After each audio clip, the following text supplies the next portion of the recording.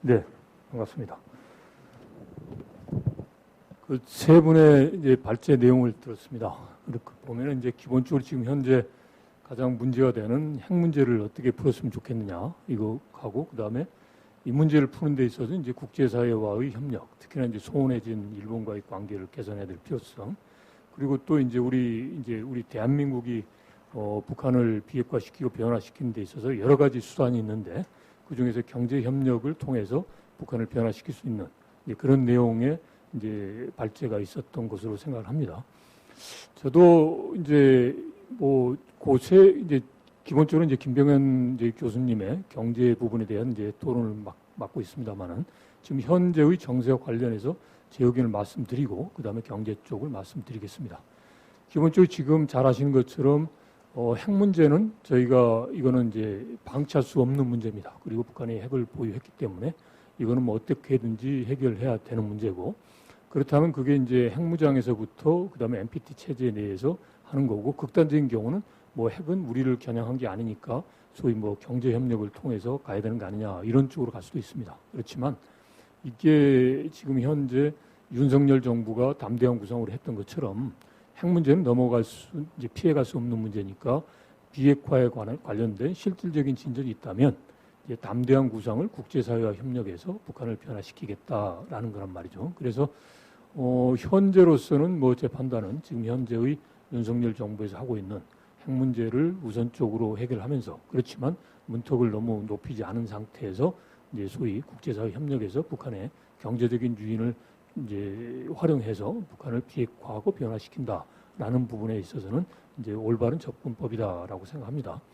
자, 그러면 이제 경제 부분인데, 경제 부분에 대해서 이제 김병현 교수님께서 말씀하신 소위 3P를 통한 이제 어떻게 보면 목적 지향적이고 현실적인 그런 접근 전적으로 동감을 합니다. 그리고 뭐 신금수광산 프로젝트라든지 이런 부분이란 말이죠.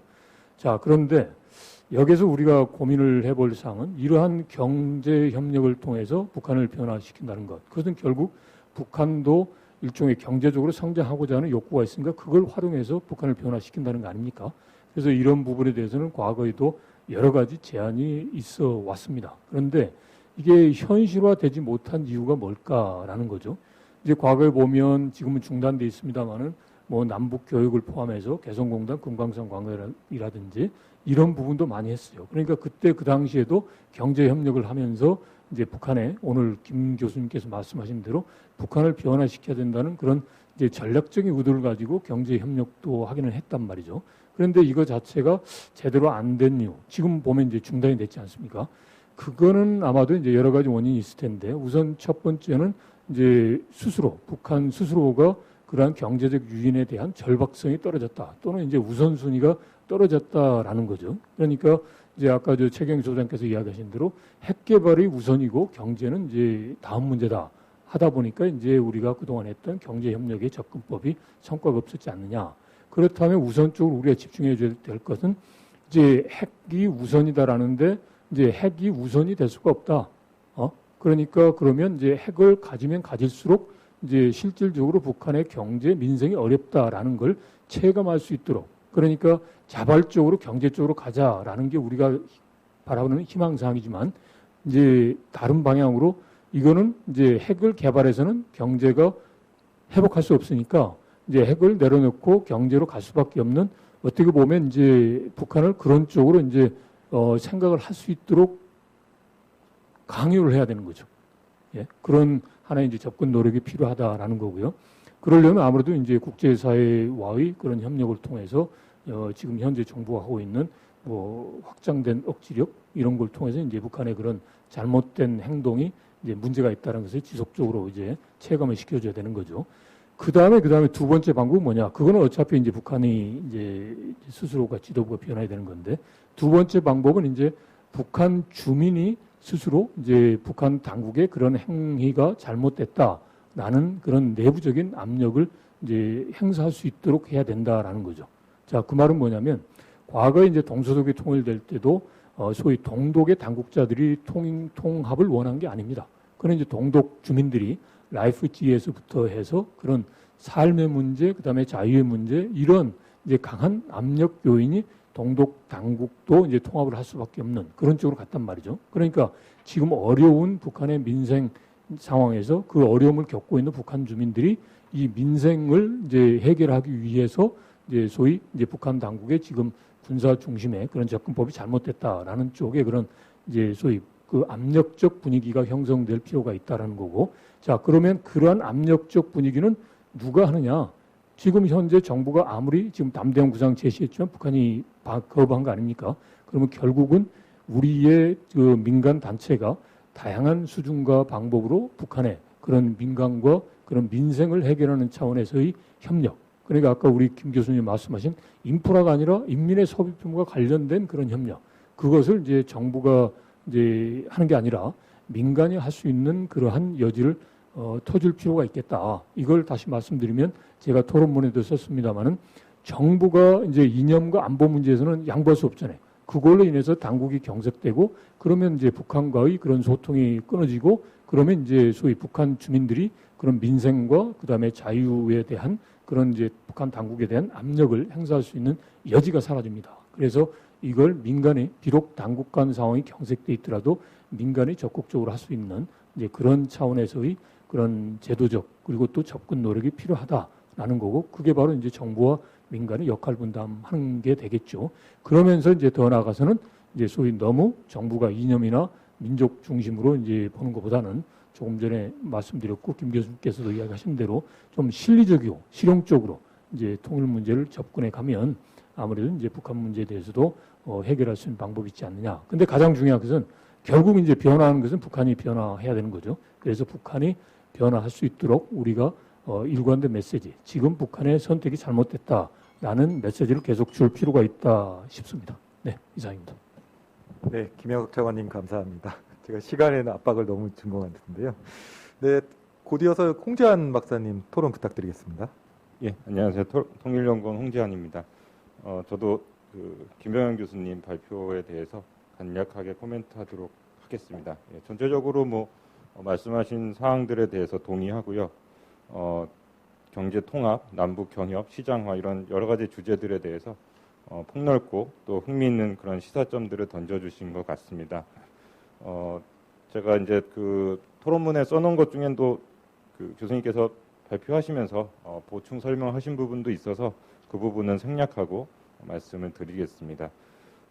먼저 말씀드리고 싶은 거는 이제 그 통일 방식에 대해서 이제 점진적 통일과 급진적 통일 이걸 이제 말씀해 주셨고 점진적 통일이 바람직하다 이걸 이제 강조해 주셨는데 근데 이제 통일이라는 게 어떤 경제적 합리성에 의해서만 경제적 논리에 의해서만 이루어지는 건 아니고 결국에는 정치적 요인에 의해서 이제 좌우될 수밖에 없을 것 같은데 그렇다면 분명 급진적 통일의 상황이 초래될 가능성도 배제할 수 없고 그럼 거기에 대해서 또 대비를 하는 게 필요할 것 같습니다. 그래서 급진적 통일 시에 그렇다면 아까 이제 뭐 인구 이동을 막는 거는 바람직하지 않다 이런 말씀을 해주셨는데 어떠한 최소한의 조치들은 있어야 되지 않을까라는 생각이 드는데 어떠한 것들이 바람직한지 그 부분에 대해서 간략하게 좀 말씀해 주시면 좋을 것 같고요.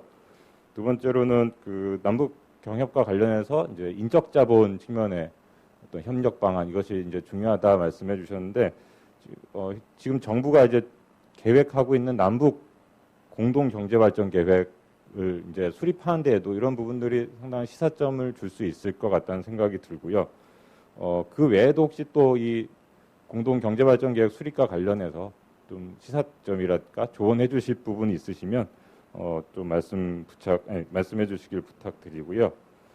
세 번째로는 이제 우리가 남북 경협을 할 때 기본 전제는 북한도 필요로 한다.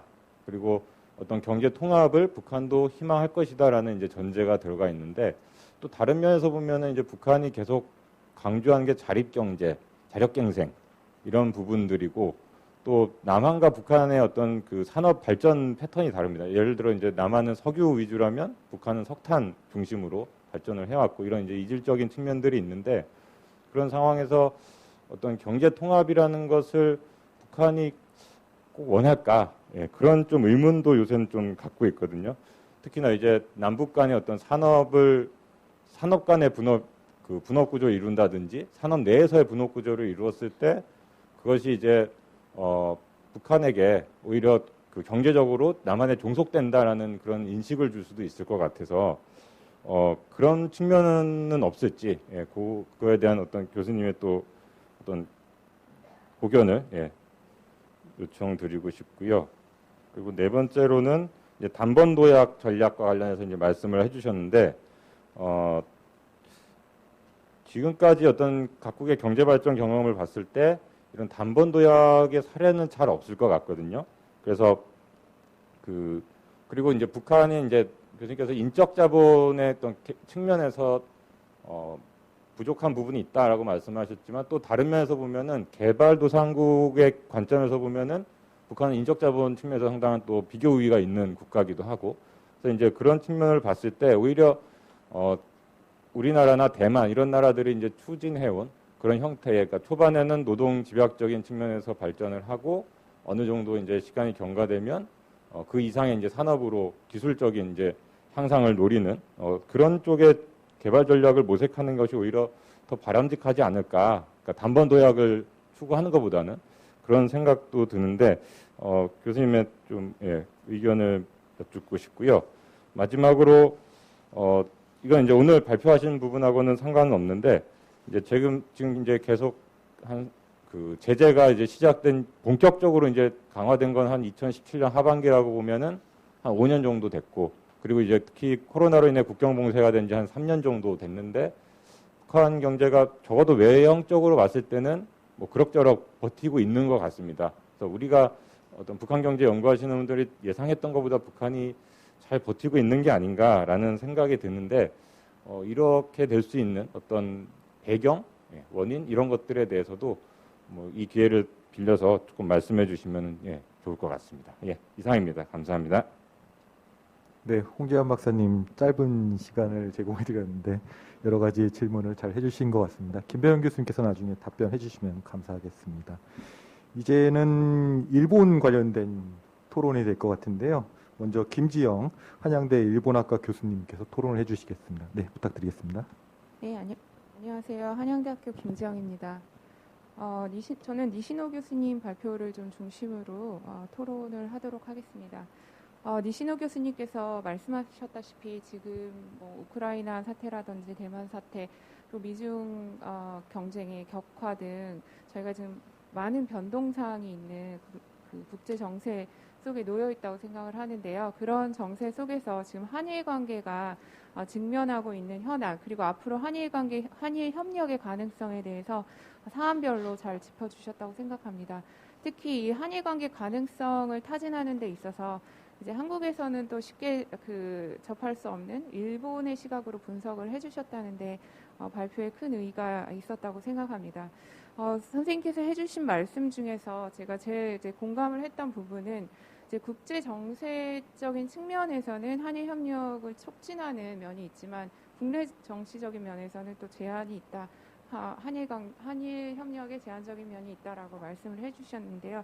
여기에 대해서 제가 간단하게 좀 질문을 드리고 싶은 게 지금 니시노 선생님께서 보여주신 그 EAI 조사에 의하면 사실 뭐 10년에 지금 역대 최고치의 어떤 호감도 한일 간의 국민 상호 의식을 보여주고 있습니다. 근데 왜 이렇게 호감도가 증가했나라는 질문에 대해서 EAI 측의 의견을 보면 지금 중국 문제 그리고 북한의 위협이라는 그것이 배경이 돼서 한일 간의 협력이 늘어났다라는 협력에 대한 필요성에 대해서 많은 사람들이 긍정적으로 대답을 했다라고 얘기를 하고 있는데요. 현재 뭐 한국에서 봐도 지금 50% 넘는 국민이 쿼드에 참여해서 중국을 견제해야 되지 않는가 그런 의견들을 보면 지금 한국에서도 좀 대중 견제론이 힘을 얻고 있지 않나 생각을 해봅니다.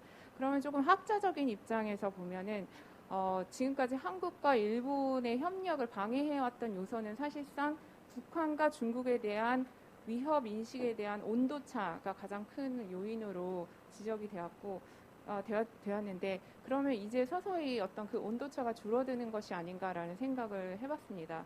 그러면은 근데 이제 문제는 이 온도차라는 것이 한국의 입장에서 보면은 약간 정권에 따라서 그 위협 인식이라는 게 좀 변동성이 있는 면이 있거든요. 그래서 교수님이 생각하시기에 이 중국과 북한에 대한 위협 인식의 공유가 한일 관계를 좀 촉진한다라는 것에 대해서 이게 어느 정도 지속 가능한 변수인가?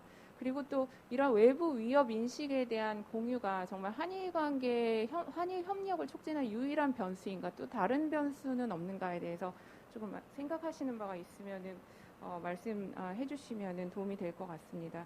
그리고 두 번째는 이제 국내 정치적인 면에서 이제 국내 정치가 한일 관계의 장애인이 된다라고 말씀을 해주셨는데요. 이 부분에 대해서 이제 생각을 해보면 한일 관계 개선이 필요하다, 한일 관계가 중요하다라고 생각하는 일본인의 의견이 이제 그 과거 10년간 급속하게 약화됐다라고 지적을 해주셨습니다. 그래서 제가 이제 알고 있는 바에 의하면 이렇게 줄어든 이유는 사실상 2015년 위안부 합의가 형해화됐고 또 2018년 한국 대법원의 강제징용 판결로 인해서 일본 국내 여론에서 한국은 뭐 국제법을 지키지 않는 나라, 뭐 약속을 지키지 않는 나라 이러한 한일 관계 한국에 대한 어떤 나쁜 인식이 혐한 의식이 퍼지면서 그것이 일본 정부가 수출 규제 2019년에 수출 규제를 하는 것에 이어졌다라는 분석이 있습니다. 그래서 어떻게 보면 지금까지와는 달리 한일 관계를 악화시키는 그 하나의 프로세스에서 일본 국민의 감정이라는 새롭고 상당히 강력한 변수가 등장을 했다라고 좀 분석을 할 수가 있겠는데요. 이런 면에서 또 뭐 한미 안보 협력에 대해서 왜 한국과 협력을 하면 안 되냐라고 묻는 질문에 대해서 일본 국민의 70% 이상이 한국이 신뢰할 수 없는 국가다라고 대답을 했다고 하는 점에서 보면은 이에 대해서 일본의 국민 감정이라는 변수가 지금 얼마나 강력하게 한일 관계에 영향을 줄 것인가, 그리고 얼마나 이제 오랫동안 영향을 줄 것인가에 대해서 조금 고견을 말씀해 주시면 감사할 것 같습니다. 그리고 조금 뭐 긍정적인 낙관적인 전망에 대해서 말씀드리자면 니시노 선생님의 발표에서는 좀 이용이 안 되는데 EAI 다른 좀 조사 결과를 보면 전 정권에 비해서 현재 정권의 그 기시다 정부랑 한국 윤석열 정부에 있어서 그 지도자에 대한 비호감도가 상당히 줄어든 측면이 있거든요. 근데 그 지도자에 대한 비호감도가 사실상 한일 간의 여론이 이렇게 호전되는 경향으로 이어질 수 있다는 측면에서 볼 때 또 어느 정도는 또 한일 간의 그런 발전에 대해서 한일 관계 발전에 대해서 좀 낙관적인 전망을 할 수 있지 않을까라는 생각을 해보게 되는데요. 거기에 대해서도 간단하게 의견 주시면 감사하겠습니다. 제가 마지막으로 좀 여쭙고 싶은 거는 한일 안보 협력 부분에 대한 건데요. 지금 일본이 2017년, 15년부터 인도태평양 구상을 좀 본격적으로 추진을 하면서 이제 미국을 중심으로 해서 호주나 인도와의 안보 협력을 지속적으로 강화하고 있습니다. 그에 비해서 사실상 한일 간의 양자 안보 협력의 실적을 보면 2018년 이후로는 급격하게 하락하고 있다고 볼 수 있겠는데 이것이 코로나 전부터 하락하고 있다는 점을 보면은 코로나의 그 원인이 있다고는 볼 수 없을 것 같고요. 또 2022년 또 외교 청소를 보면은 놀랍게도 이제 각국과 연대 협력이라는 섹션에 사실 미국, 뭐 아세안, 호주, 인도 다 들어가는데 한국이 빠져 있어요. 그래서 이제 아예 한국은 연대 협력해야 되는 나라가 아닌 것으로 약간 상징적으로 그렇게 해석을 할 수가 있겠는데요. 그래서 일본이 지금 인도태평양 전략을 추진함에 있어서 좀 한국을 의도적으로 좀 패싱하는 것이 아니냐라는 그런 학회 분석도 있습니다. 그래서 여기에 대해서 어떻게 생각하시는지 의견을 주시면 많은 공부가 될 것 같습니다. 네, 감사합니다. 네, 김재현 교수님 토론 감사합니다. 역시 여러 가지 질문을 주신 것 같습니다. 다음으로는 윤석정 국립외교원 연구교수께서 토론해 주시겠습니다. 부탁드리겠습니다. 예, 저도 니시노 교수님 토론 맡은 국립외교원의 윤석정이라고 합니다. 예, 발표 들으면서 많이 공부가 됐고, 좀 이제 한일 관계 이해하는 데 있어서 좀 몇 가지 질문 위주로 토론을 준비를 했습니다. 예, 니시노 교수님 말씀하신 것의 내용의 요는 역시 국제정세 변화가 한일 관계 개선의 동력이라고 말씀을 하셨고, 저 또한 그 점에 대해서 공감을 하고 있습니다. 한일 정상 약식회담, 9월에 있었던 정식 약식회담을 보면 그 강제동원 문제를 두고서는 뭐 약간의 그 차이가 있었지만 굉장히 그 일치점이 좀 많았던 회담이었습니다. 사실 뭐 앞뒤 그 전후 과정 때문에 좀 많이 내용 같은 게 많이 안 알려지고 있습니다만 뭐 이제 한일 간의 이제 보편적인 가치를 상호 공유하고 있고 뭐 전략 환경에서 협력해야 될 중요한 이웃이다. 뭐 이런 내용을 담고 있어서 좀 많이 그 역시 국제 정세 변화가 한일 관계의 그 개선을 좀 가지고 오는 것 같고 그리고 역시 그 특히 그 중에서도 역시 그 북한 문제가 역시 가장 큰 문제가 그 동력이 되고 있다고 생각이 됩니다. 특히 이제 그래서 이제 그것을 이제 한일 관계 관점에서 보면은 그간 이제 그 강제 동원 문제 특히 이제 그 현금화 문제 때문에 한일 관계가 이제 좀 막혀 있었던 특히 이제 그 현금화 문제 원트랙이라고 할 정도로 이제 한일 관계가 막혀 있었는데 일종의 그 외부 충격이 와서 한일 관계에서 이제 협력할 수 있는 그런 안보 트랙이 다시 좀 나타나고 있는 것 아닌가라는 생각이 들었습니다. 그래서 이 점에 대해서 좀 말씀을 좀 드리자면은 그럼 이제 본격적으로 정말 이제 그 한일 관계를 개선을 하려면 이 현금화 문제를 어떻게든 좀 해야 되는데 사실 이 현금화 문제라고 하는 게 단순히 그 과거사 문제, 역사를 어떻게 보느냐의 문제를 떠나서 그 일본 정부에게는 이 문제가 이제 그 한국 정부가 위안부 합의를 제대로 이행을 안 하고 대법원 판결에서 소극적인 자세를 보여줬던 그런 일종의 그 현재의 그러니까 최근 한국 정부에 대한 불신이 담겨 있는 문제이기 때문에 이 윤석열 정부가 이 문제에 대해서 뭔가 전향적인 모습을 보여줘서 이전 정부랑 우리는 다르다라는 걸 확실히 보여주지 않으면 일본 정부도 좀 움직이기 어렵지 않을까라는 생각을 하고 있습니다. 그래서 이제 한국 정부도 현 정부도 이 문제에 대해서 좀 풀려고 움직이고 있는 것 같은데 그렇다고 하면은 이제 일본 정부가 과연 어디까지 이 문제에 대해서 좀 이렇게 호응하는 움직임을 보여주실 수 있을지. 그래서 현재 지금 뭐 이제 안보 협력에서도 좀 나오고 있고 그 아소 부총리도 좀 한국을 방한하고 있고 여러 가지 움직임을 보여주고 있는데 사실 좀 이게 민간협의회에서 나온 내용들을 보면은 이제 역시 그 현금화 문제에서 일본 기업도 좀 참여를 했으면 좋겠다라고 하는 내용들이 나오고 있습니다. 뭐 물론 정부 공식 입장은 아닙니다만 그런 내용도 나오고 있는데 과연 이제 일본은 어느 정도까지 움직일 수 있을 것인지에 대해서 뭐 의견이라든지 분석 아니면 일본 내 논의를 소개해 주셨으면 감사하겠습니다. 그리고 한일 안보 협력도 뭐 당연히 협력을 해야 되는 영역으로 간주가 되고 있습니다만 거기 안에서도 좀 정리해야 될 문제들이 좀 있습니다. 특히 이제 쥐소미아 문제라고 하는 게 사실 이 현금화 문제와 수출 규제가 이게 갈등이 확대되면서 이 쥐소미아까지 퍼졌던 건데 또 이걸 어떻게 풀어 나갈지 그리고 이제 그 초계기 문제에 있었던 때문에 이제 한일 안보 관계자들 사이에서도 뭔가 좀 그 조직 간의 그런 불신감 이런 게 있다고 하는데 그 문제에 대해서 지금 어떻게 지금 이제 신뢰 구축을 좀 다시 시작하고 있는지 혹시 뭐 이게 새롭게 들어온 이야기 같은 게 있으면은 좀 말씀을 해주셨으면 합니다. 그리고 마지막으로 이제 키시다 정부의 외교안보 정책에 대해서 몇 가지 좀 질문이 있는데 역시 국가안보 전략 개정이 가장 큰 문제라고 생각이 되고 여기서 이제 그 북한, 중국, 러시아에 대해서 일본 정부가 어떠한 인식을 표명할지가 이 앞으로 일본이 동북아 안보 환경을 어떻게 보고 있는지를 알 수 있는 척도가 될 거라고 생각이 됩니다. 그래서 2013년 내용을 보면은 그때 이제 중국은 우려라고 했고 러시아는 협력 대상이라고 해가지고 이제 그 중국하고 러시아를 좀 이제 별개로 좀 나눠서 보는 그런 경향이 있었는데 그 올해는 어떻게 될 것인지 그 일본 전문가들 안보 전문가들 말씀하시는 내용을 보면은 그 우크라이나 전쟁 이후로 중국하고 러시아를 같은 그 위험한 권위주의 국가들이라고 해가지고 좀 이렇게 같이 이제 한 둘레로 보는 그런 논의 같은 게 많이 나오고 있는데 그렇다고 하면은 지금 일본은 현재 국제 정세를 이제 신냉전으로 보고 있는 것인지 한번 여쭙고 싶습니다. 그리고 마지막으로 이제 그 히로시마 G7 정상회의 이 문제에 대해서 여기서 이제 뭐 핵무기 없는 세계로 이제 키시다 컬러가 나올 거라고 저도 생각이 되는데 또 하나 좀 민감한 질문일 수도 있겠습니다만 과연 이제 그 키시다 정부가 그때까지 잘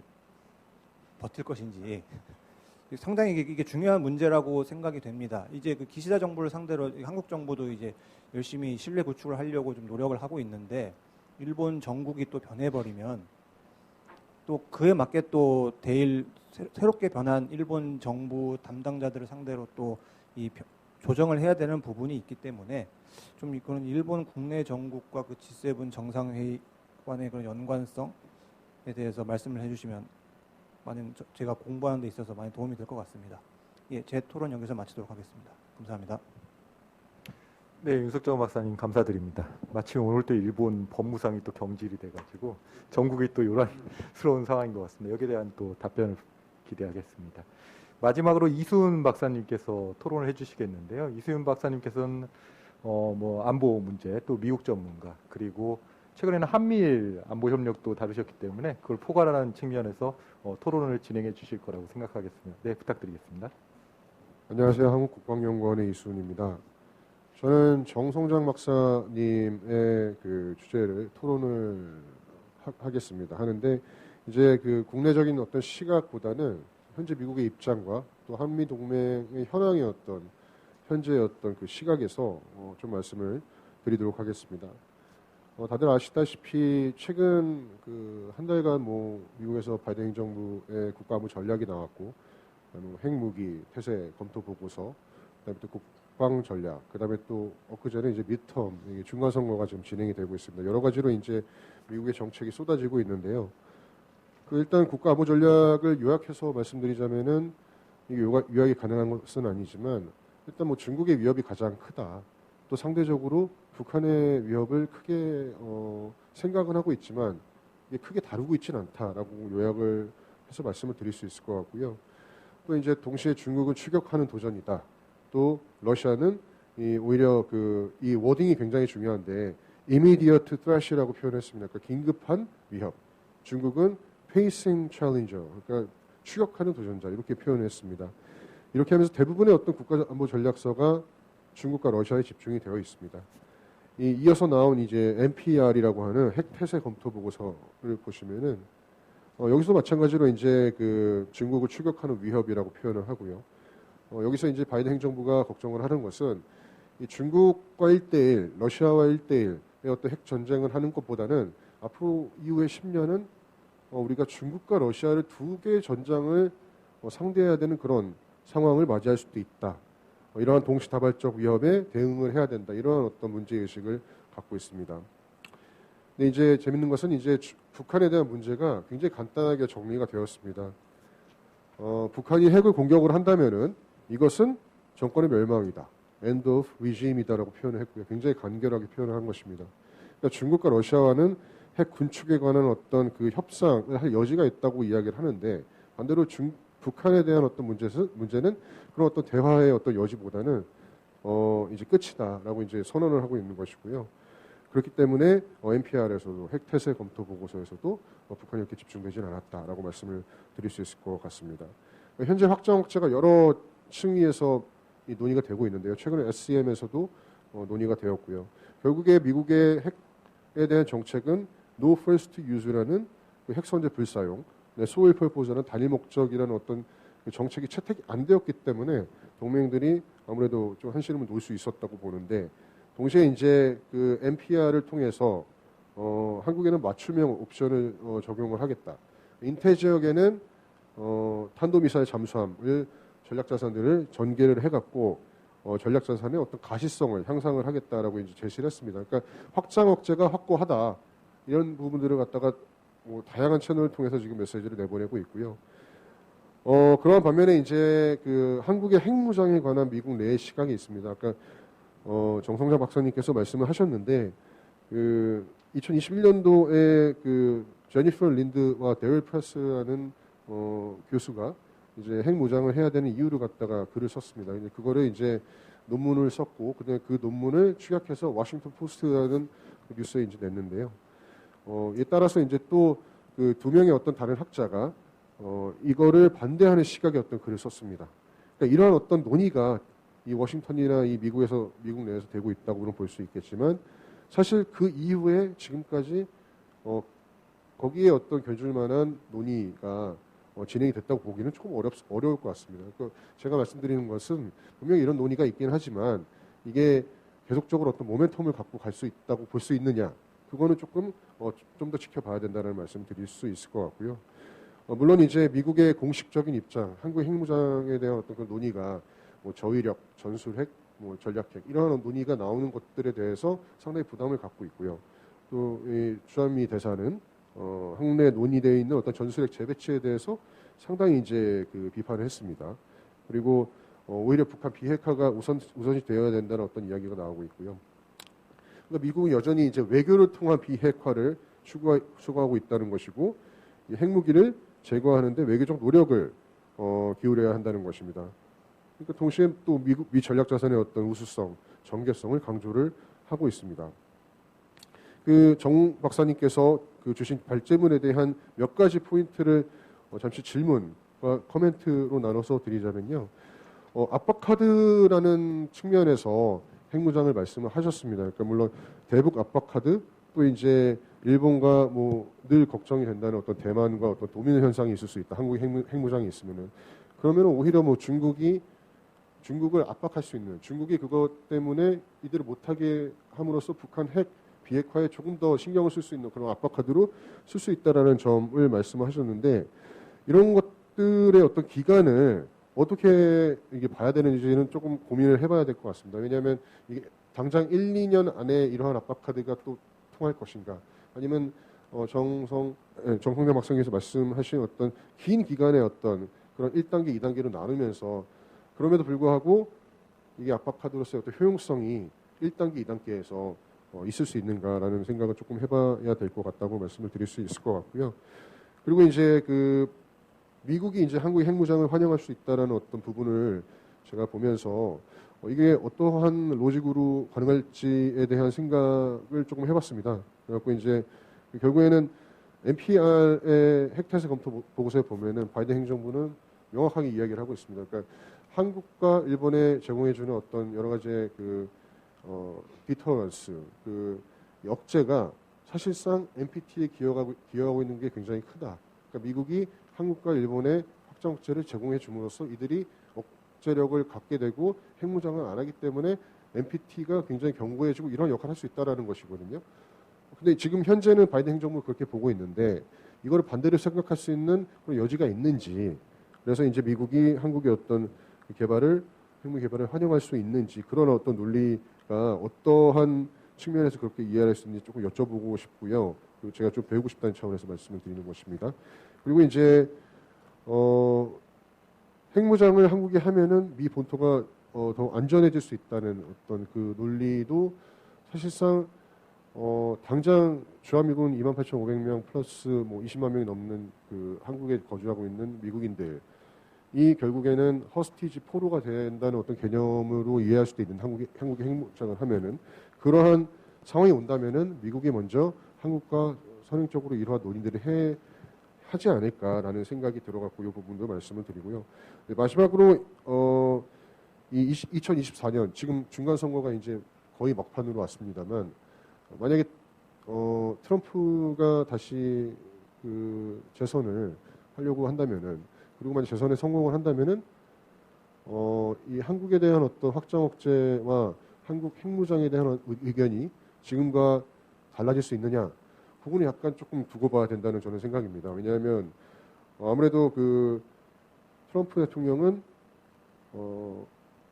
우리의 어떤 핵무장보다는 북한의 어떤 비핵화에 조금 더 집중할 것이고, 또 그게 아니더라도 현재 바이든 행정부가 추구하는 어떤 자유주의 국제질서의 재건이라든지 규칙 기반의 국제질서를 갖다 건설한다든지 이러한 어떤 것보다는 자국 우선주의로 먼저 갈 것이기 때문에 아무래도 한국에 대한 어떤 확장 억제 제공이나 이런 관심도가 좀 떨어질 수 있다. 그러면은 오히려 그 한국의 핵무장이나 확장 억제에 대한 관심이 떨어져서 이러한 논의가 진행되기 어려울 수도 있다라는 생각을 저는 조금 들어갖고 말씀을 드립니다. 예, 이상입니다. 감사합니다.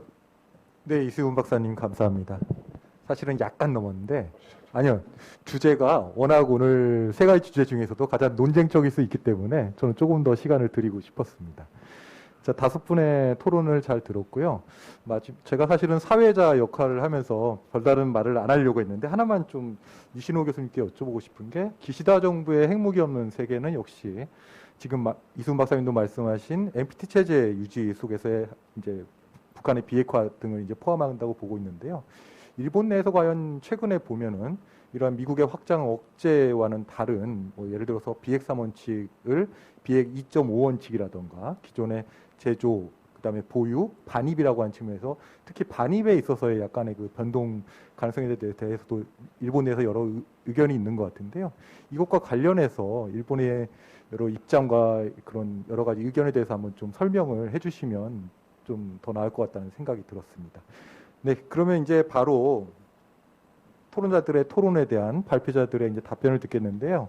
시간상 한 3분에서 길면 한 5분 정도까지로 해주시면 감사하겠습니다. 네, 김병현 교수님 부탁드리겠습니다. 하도록 노력하겠습니다. 첫 번째 그 김영석 차관님 질문 중에서 핵심은 이제 경협의 효용성에 관한 말씀입니다. 특별히 북한의 내부적 압력을 증가시킴으로써 비핵화할 수 있는 여지가 있는가 하는 문제인데 사실 그래서 제가 2010년 정도부터 해서 이 경협을 해야 된다. 열심히 해서 경협을 통해서 북한 내부가 바뀜으로써 이 핵을 갖는 것에 대한 주민의 그 저항을 만들어야 된다. 주장했습니다. 그게 일종의 그 스마트 경협으로 해야겠습니다. 근데 그 시간이 이제 지나버린 거죠. 제대로 못한 거죠.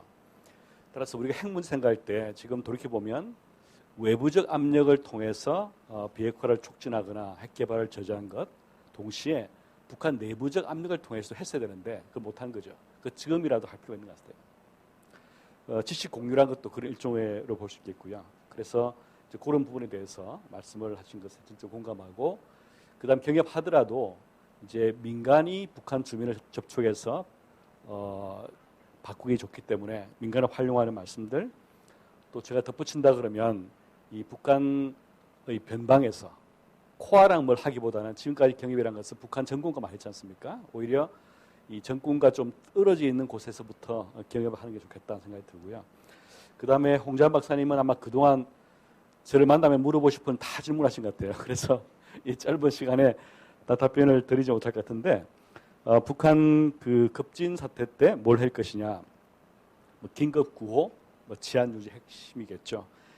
그리고 이제 북한에 정주하도록 인센티브를 줘야 되는데 뭐 그것은 이제 북한의 토지 사유화에 어떤 또 그 북한의 그 주택 사유화 때 그 북한 주민들에게 일정한 정도의 인센티브를 제공하는 것을 미리 공지를 하고 그 다음에 그 전부터 지금 학교를 짓고 병원을 지어서 이 북한 주민들이 남한에 올 필요 없이 아이들 교육을 위해서나 또 병원을 위해서 북한에 있을 수 있는 환경을 지금부터 만들어준 것도 좀 중요할 것 같습니다. 그리고 과연 중요한 질문은 지금처럼 이렇게 북한이 계속 한다 그러면 한국같이 경공업부터 시작해서 하는 것이 그게 자연스럽지 않느냐 그런 것 같아요. 근데 문제는 그렇게 이야기하면 김정은 입장에서는 솔깃하지 않을 것 같아요. 그리고 실제 그 단번 도약형 성공 사례가 있느냐 물어보시면 아마 동독 사례 같아요. 그러니까 어떤 나라도 독자적으로 못할 것 같아요. 하지만 동독은 처음에 통일비가 많이 들었지만 한 10년, 20년 지나면 지금은 처음에 동독 수독의 인컴 갭이 100대 한 30 정도, 지금은 한 100대 80개 따라왔거든요. 한 20년 동안에 아주 크게 올라왔어요. 그게 어떻게 가능했냐면은 결국 열심히 교육시키고 열심히 좋은 그 산업들을 만들어서 동독에 투자한 거거든요. 그 단번도역 사례는 있는 것 같아요. 그게 있는 게 뭐냐면 결국 이 두 지역이 통일될 때 통합될 때 가능합니다. 하지만 스스로 뭐 베트남처럼 한다 그러면 이제 북한은 경공업 20년 하고 중공업 30년 하고 이렇게 될 거예요. 이제 그런 걸로는 김정은이 마음에 안 차기 때문에 저는 단번 도약형으로 이제 그걸 제안한 거고요. 그다음 버티는 이유는 짧게 말씀드리면 감시와 공포라는 억제 체제가 억압 체제가 제일 발달돼 있다. 그다음에 지금의 그 어떤 제재나 코로나 상황은 그 식량으로 인한 대기형 사태 아니고 비유하자 그러면 굶는 것보다는 근육이 이게 없어지는 거, 쇠약해지는 게 더 큰 문제입니다. 그 세 번째는 아마 시간이 좀 더 걸릴 것이다. 그래서 이 버티는 것도 축적이 되면 더 힘들어지는데 그 시점까지 시간이 더 걸릴 거로 봅니다. 결국 이 비핵화라는 것은 김 차관이 말씀한 것처럼 이게 자발적으로 그냥 조언 환경에서 설득하는 문제가 아니라 저는 그 포스트 아까 영어 단어 쓰신 것 중에서 포스트란 말을 강조하고 싶습니다. 네, 김배영 교수님 감사드립니다. 그러면 다음으로 니시노 교수님 5분 이내로 부탁드리겠습니다.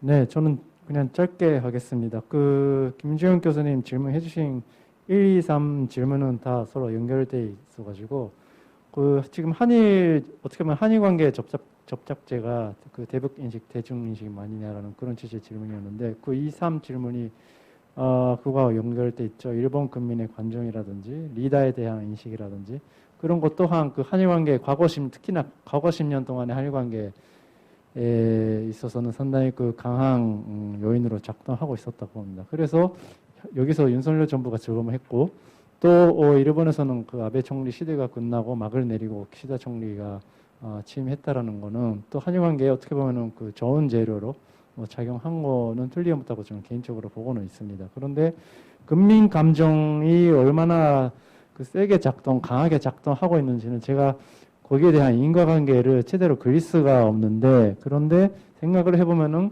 일본 정치인들하고 얘기를 하다 보면은 그분들이 지역구에서 한일 관계에 대한 그 얘기나 그런 걸 나눠보면은 지금 아베 정부의 정책이 잘하고 있다고 그런 진창을 많이 듣는다고 작년까지만 해도 그런 얘기를 많이 했었어요. 그래서 그러한 그 국민의 인식이 부정적인 인식을 정치를 하는 사람들이 그런 거구나라고 인식을 해서 그것이 또 정부 정책에 반영되는 그런 코자리티가 그릴 수도 있을 것 같은데 그거는 좀 학술적으로 좀 연구해야만 할 것 같습니다. 그리고 그 김지영 교수님 네 번째 질문 그 허입에 대한 관련된 부분인데 맞습니다. 18년 마위대강 개정했을 때 그 일본과 그 한국과의 협력 순위가 많이 떨어졌죠. 그거는 뭐 당연히 의도적으로 한 거죠. 뭐 일종의 패싱 그 당시에 했었다고 할 수가 있어요. 왜냐하면은 그 허입이라는 거는 같은 가치를 공유하는 그 소위 라이크 마인드드 컨트리끼리의 협력을 추구하는 것인데 그 당시에 일본 정부의 인식은 한국 정부는 그거하고는 다르다라고 인식을 하고 있기 때문이죠. 그런데 이번에 지금 새로 안보 문서를 개정하는 작업에서 그 부분도 많이 개선될 것으로 저는 봅니다. 위험 인식 문제에 있어서도 아무래도 러시아에 관련된 기술이라든지 중국에 관련된 기술이 조금 변화가 있을 수밖에 없는데 한국과의 협력에 관한 기술 또한 많이 변화가 있지 않을까라는 생각이 드는데 아직까지는 어떤 서술로 나올지는 조금 두고 봐야 할 것 같다라는 생각이 듭니다. 그리고 그 윤석정 박사님 질문해 주신 부분 시다 총리는 글쎄요 뭐 제가 봤을 때는 그 지금 이 일본의 지금 정국에서는 총리가 되고 싶은 사람 별로 없을 것 같습니다. 일단은 이러한 어려운 난국을 일단은 키시다상이 계속 하게 되고 키시다상이 아마 내년 아직까지 유효한 시나리오는 G7에서 외교적인 성과를 거둔 다음에 국회를 해상하는 그런 시나리오가 일단 아직까지는 일본 국내에서는 가장 유력한 시나리오로 지금 거론되고 있습니다. 그래서 일단은 내년 5월까지 이 G7까지는 할 것 같습니다. 그런데 안타깝게도 일본 정치를 봤을 때는 키시다 정부가 그렇게 앞으로 힘을 또 받을 수 있는 그런 상황 아닌 것 같고 한국 정치를 봐도 윤석열 정부가 갑자기 지지율이 막 올라가거나 그렇게 되는 상황이 아닌 것 같습니다. 그래서 한일 관계가 약간 아슬아슬한 상태가 될 수밖에 없는데 다행인 것은 미국의 중간 선거에서 바이든 정부가 그렇게 치지 않은 것 같아. 그것이 하나의 호재라고 어떻게 볼 수가 있습니다. 만약에 바이든 정부가 중간 선거에서 상당히 많이 치게 되었었으면은 상당히 그 한일 관계 외부에서 잡아주는 그런 역학이 상당히 그 와해가 돼버리는 상황이었는데 아직까지는 그 역학이 아직까지도 남을 수가 있다라는 게 한일 관계를 보는 데 있어서는 조금 호재가 아닐까라고 생각을 합니다. 그리고 마지막에 핵 문제 관련된 질문, 핵 문제 논의에 관한 질문을 그 이기태 박사님께서 해주셨는데, 글쎄요, 뭐 아까 그 키시다 정부의 입장하고도 연결돼 있는 부분이지만은 그 정선전 박사님께서 키시다는 이산주의자라고 하셨는데, 키시다는 절창 리얼리스트입니다. 그리고 일본 정부의 정책도 일본 정책 일본 정부에 할 수 있는 범위 내에서 철저히 리얼리스틱입니다. 그것이 뭐냐면은 일단 미일 동맹을 작동함으로써 이 지역의 힘의 균형을 맞추고 그 다음에 질서를 유지하는 그런 정책인 것이죠. 그런 관점에서 보면은 핵무장이나 그런 거는 일본 정부의 옵션이 될 수가 없다고 저는 생각을 하고 있고, 만약에 핵무장에 대한 논의를 시작하게 되면은 지금도 없는 건 아니지만은 만약에 활발하게 시작하게 되면은 그거는 미국에 대한 아주 안 좋은 네거티브 시그널이 되는 거죠. 우리는 미국을 신뢰하고 있지 않다라는 시그널이 돼버리기 때문에 그러한 부분을 유의하면서 국내 안보 논의가 좀 많이 이루어지지 않을까 그렇게 생각합니다. 5분 썼습니다. 죄송합니다. 네, 니시노 교수님 감사합니다. 그럼 마지막으로 정성장 박사님 답변 부탁드리겠습니다. 예, 이순 박사님 토론 잘 들었고요. 이제 뭐 약간 이순 박사님 놓치고 있는 부분이 있는데 그 프레스 교수의 이제 그 논문하고 이제 워싱턴 포스트 기고 이후에 몇 가지 뭐 미국에서 이제 한국 또는 이제 한국과 일본의 핵무장을 주장하는 그런 기고들이 있었거든요. 그러니까 케이토 연구소의 더그 밴도그 선임 연구원이 더 내셔널 인터레스트에 그러니까 한일 핵무장을 이제 옹호하는 글을 기고했었고 올해 기고했었고, 또 이제 일리노이 대학교의 최승환 교수가 또 비슷한 그러니까 한일 핵무장을 이제 옹호하는 글을 기고했습니다. 그리고 한국의 이제 이대한 네이벌 뉴스 특파원이 더 내셔널 인터레스트에 두 차례나 한국 핵무장을 주장하는 옹호하는 글을 기고했고요.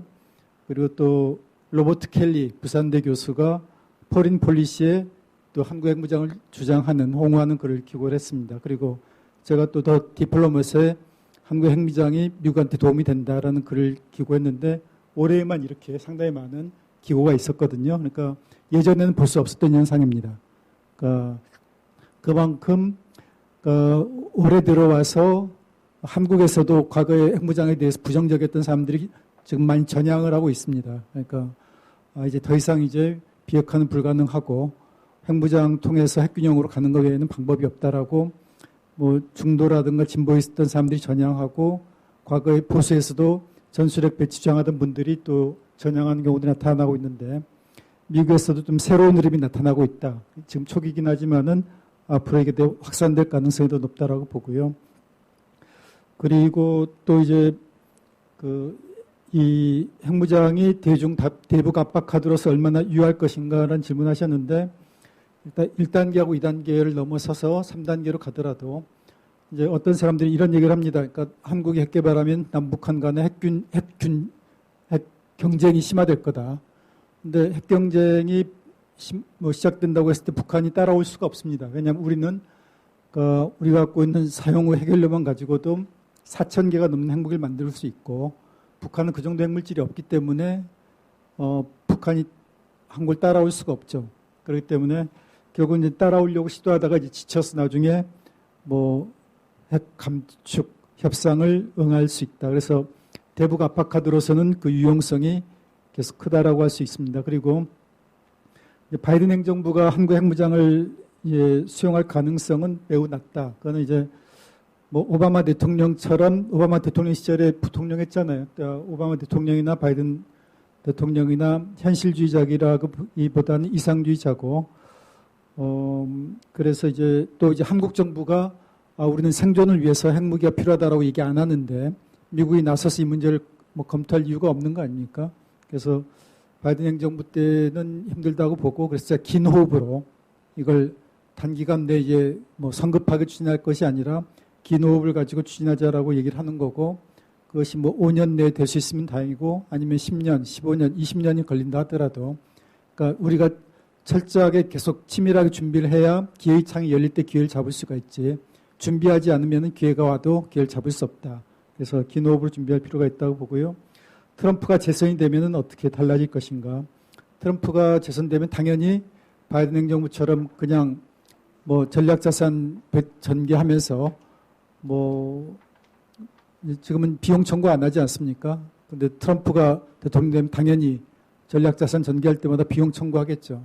그리고 이제 방위비 분담금 증액 요구할 거고, 그럼 거기에 대해서 이제 한미 간의 갈등이 생길 수 있고, 그리고 또 트럼프가 김정은과의 우정을 얘기를 하잖아요. 그러니까 트럼프는 현실주의자고 고립주의자고, 그래서 트럼프가 대통령이 됐을 때 우리가 이제 생존을 위해서 핵무장이 필요하다라고 강력하게 요구한다면은 저는 그 협상이 가능할 거라고 봅니다. 그러니까 트럼프가 요구하는 것처럼 방위비 분담금 우리가 더 증액하고, 그러면서 미국이 한국의 독자적 핵무장을 용인하는 식으로 가능성이 있지 않겠나 생각을 해봤습니다. 네, 정성장 박사님 감사합니다. 오늘 사실은 발표와 토론을 들으면서 느낀 건데요. 사실 우리가 국가와 국가 간의 대외 정책, 그리고 우리 인간관계에서도 보면은 상대방에 대한 배려와 함께 자기의 정말 주장을 또 어떻게 내세울 것인가, 이 조화를 가지는 게 참 중요하다고 생각합니다. 김배영 교수께서 말씀하셨지만은 북한이 실질적으로 필요로 하는 민생 측면에서의 경제 통합이라든가 이런 부분들도 한번 생각을 해봐야 될 것 같고요. 한일 관계에 있어서도 한국과 일본이 상대방이 무엇을 필요로 하는지 실제로 그러한 배려, 그리고 한국과 일본이 인도태평양 전략을 추진함에 있어서 그러한 상대국에 대해서 같이 협력적으로 어떻게 배려하고 그들이 무엇을 필요하는지 한번 알아보는 것도 앞으로의 과제일 것 같고요.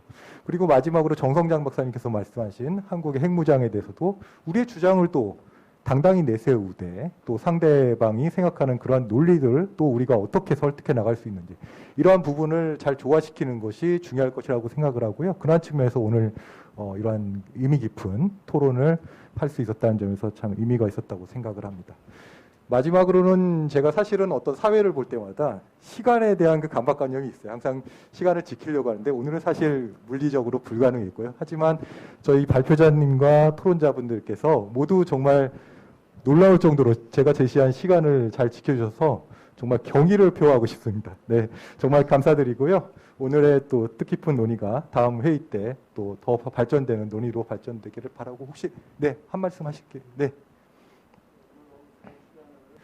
사실 오늘 같은 학술회의의 취지가 이런 다양한 논의를 자유롭게 얘기하고 앞으로 우리가 발전적인 방안을 모색해 본다는 의미에서 앞으로 또 샌드 연구소에서는 이런 자리를 좀 더 발전적인 논의를 할 수 있는 장소를 더 마련해 보도록 하겠습니다.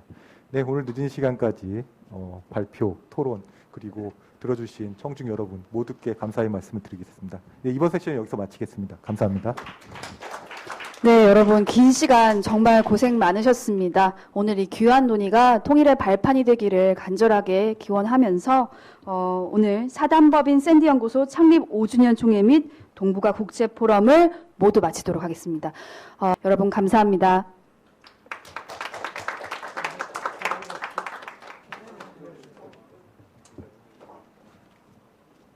감사합니다. 감사합니다.